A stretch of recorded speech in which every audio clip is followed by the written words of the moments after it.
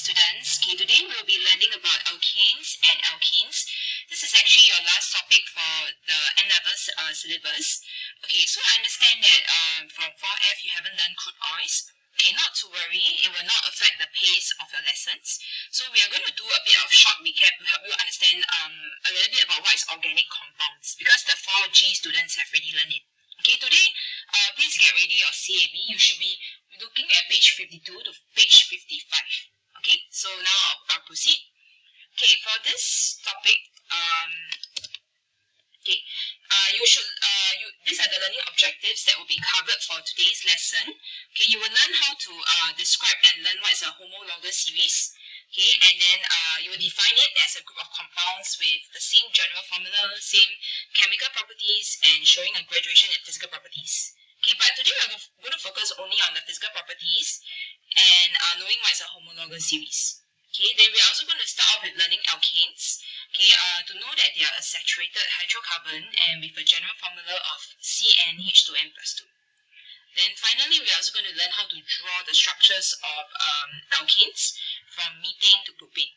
Okay, so I'll teach you and guide you, then subsequently you will need to submit your CAB page 54 to 55 through the Google form, and your respective teachers will be checking on you. Okay, so first of all, what is organic compounds and what is a functional group? Okay, functional group is a group of atoms that gives a molecule its characteristic properties.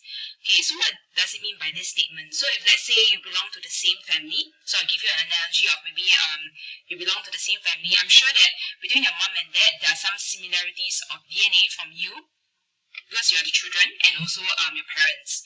Okay, so similarly, if they're classified under the same functional group, okay, that means they have very similar properties. Okay, so we're going to focus on these two functional groups, alkanes and alkenes. Alkanes have no functional group, okay, but later when you see the structure, you will kind of know why. Alkenes, just remember that it needs to have a C double bond. Okay, C double bond, but today we're going to focus on alkenes first. Okay, so before that, I also like to give a bit of background what is organic compounds. Okay, organic compounds basically they usually contain carbon, hydrogen atoms, but sometimes they may also contain oxygen and hydrogen. Okay, so you might want to think about it. Are they ionic, or they are classified as ionic or covalent compounds? Okay, think about it. You should take a few moments to pause. Okay, you should know that actually organic compounds, they are classified as covalent. Okay, because they only contain non-metals in this case. Okay, so what are the general characteristics of a homologous series? Okay, if they are in the same homologous series, which means like they belong to the same family, in this case like alkanes. Okay, they have the same functional group and they have similar chemical properties. Okay, so I think many students are still not very clear what exactly is chemical properties. Okay, chemical properties, I'm just saying that they are having the same type of chemical reactions. So for example, alkanes, they can react with chlorine. It's called a substitution reaction, which you will learn later on. Okay, so chemical properties means chemical reactions. Okay, what reactions they can perform. Okay, and then they show a gradual change in their physical properties. Okay, so physical properties, I hope you know that they are like melting and boiling points. And in this case, we're going to discuss a little bit about viscosity. Okay, viscosity is referring to the ability to flow. Later, I'll elaborate more. And third, we're going to talk about flammability, how well it can burn.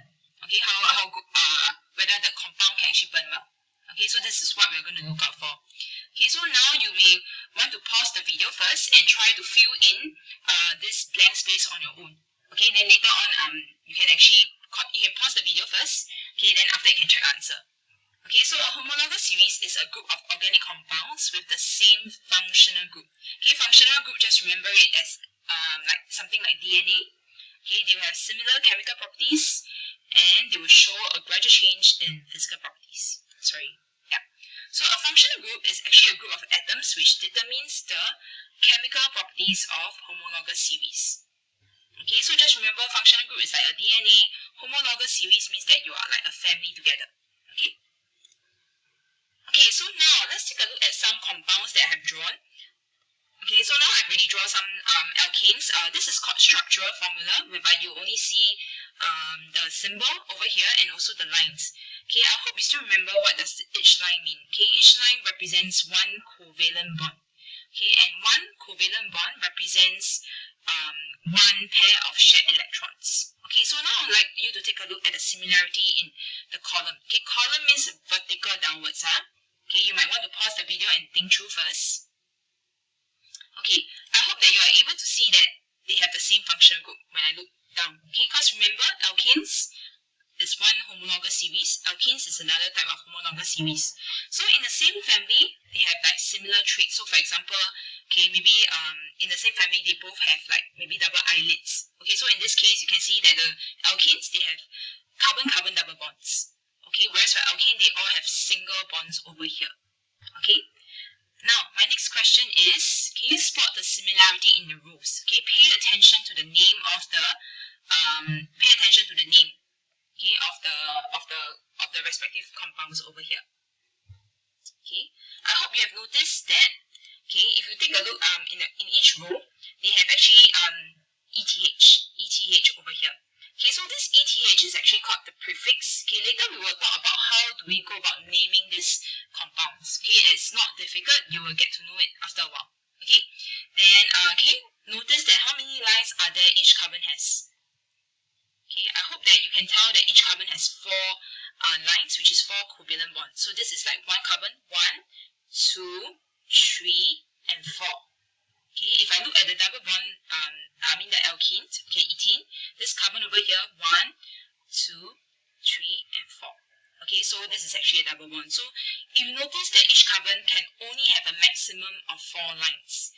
Okay, you might want to think about it, why is it only 4 lines? Okay, so now let's take a look at how we are going to name all these compounds. Okay, they have a prefix and suffix in their names. Okay, prefix is like your first name, just like okay, Alice. Okay, Alice Lim. Okay, so this is like your first name, and then suffix is actually like your second name, which is like your surname. Okay, so for example, you know that Alice Lim's father will probably be called Mr. Lim, right? So the suffix is actually referring to the name, the family name. Okay, so prefix is just to tell me how many carbon atoms are there in one molecule. Okay, so if you refer to your previous page, okay, you do notice that if let's say it starts with you refer to just now my previous slide. Okay, one carbon they will have METH. Okay, so like methane. Okay, methane. The name METHANE. The METH is actually the prefix. Okay, if there's two carbon, you will call them ETH. You will start with ETH. 3 carbons we start with PROP, and 4 carbon we will start with BUT, built. Okay, so this is what you need to know. So you need to learn how to build up the names. Okay, very simple, the names of it. Okay, then suffix will tell us which is like your family name, like your surname. Okay, so A and E. So if I want to match the name, methane, METHANE. Okay, if I have 2 carbon and it's alkane because it has all the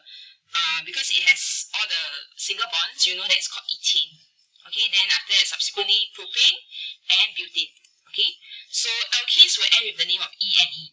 Okay. Okay. So now I just would like to ask you to take note of the functional group. For alkane is always there's no functional group for alkane. Alkanes is always the C double bond, carbon double bond. Okay, so just now I also asked a question, why each carbon have only 4 lines? Okay, the reason is because each carbon has 4 valence electrons. Okay, if you're not sure, you look at the number of electrons carbon has. Okay, and look at the electronic configuration.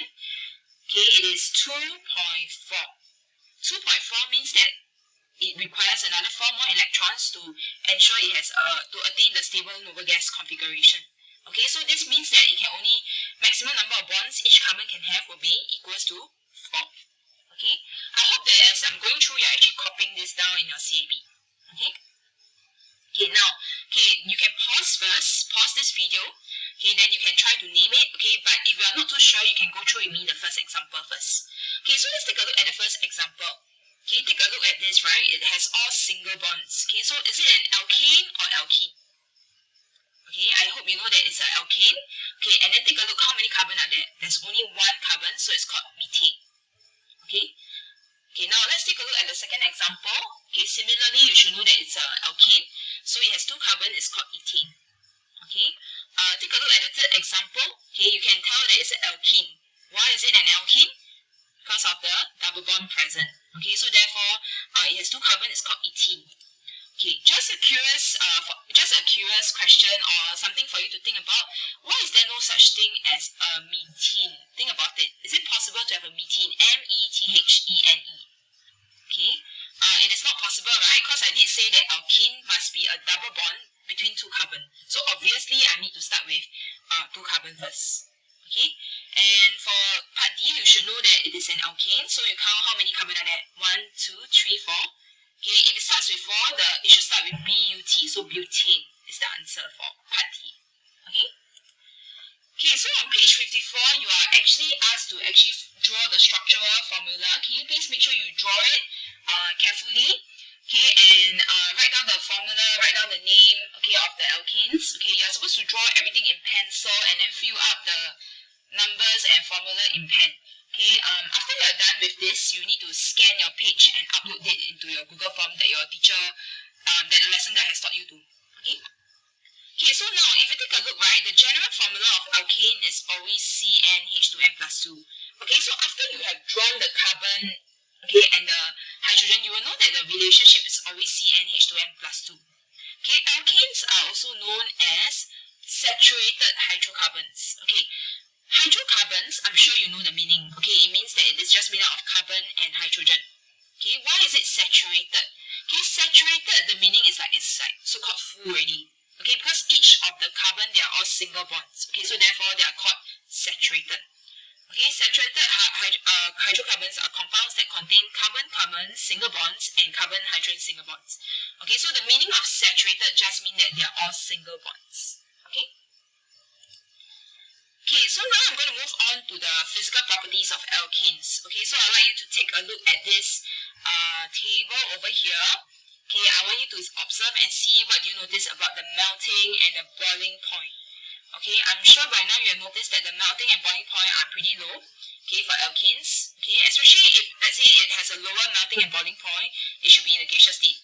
Okay, then those that are, generally gas and liquids have lower melting and boiling point. Okay, and what do you notice as the number of carbon increases? What happened to the melting and boiling point? Okay, so if you have observed. So if you go down, you can see that the melting and boiling point increases. Why does it increase? Okay, so why does it increase? Okay, because as more carbon atoms increases, the molecular size will increase. This means that the weak intermolecular forces of attraction between the alkane molecules will also increase, and more energy is required to overcome the intermolecular forces between the molecules. Okay, you might be wondering, how come if the molecule is bigger, why is it stronger forces, intermolecular forces of attraction? Okay, just give you an analogy. Imagine if there's only one friend over there, it is easy to actually, if there's only two people who are held together, who are holding their hands, it's easy to break them up. Okay, but if you have many friends, okay, there's more strength. Okay, definitely it's harder to separate maybe 5 friends or 6 friends. Okay, so generally, if the bigger the molecule, the stronger the intermolecular forces of attraction. Okay, so you do not need to learn the explanation, but you just trying to explain to help you understand. Okay, next one, viscosity. Okay, what is viscosity? Viscosity means the ability to flow. Okay, so as you can see over here, okay, generally if you look at honey, you know that honey is very viscous, okay, because it's very hard to flow. Okay, so naturally when there's more carbon, okay, this means that the molecular mass will also increase and the alkane will become more viscous. Okay, so that means it flows less easily. Okay, then flammability.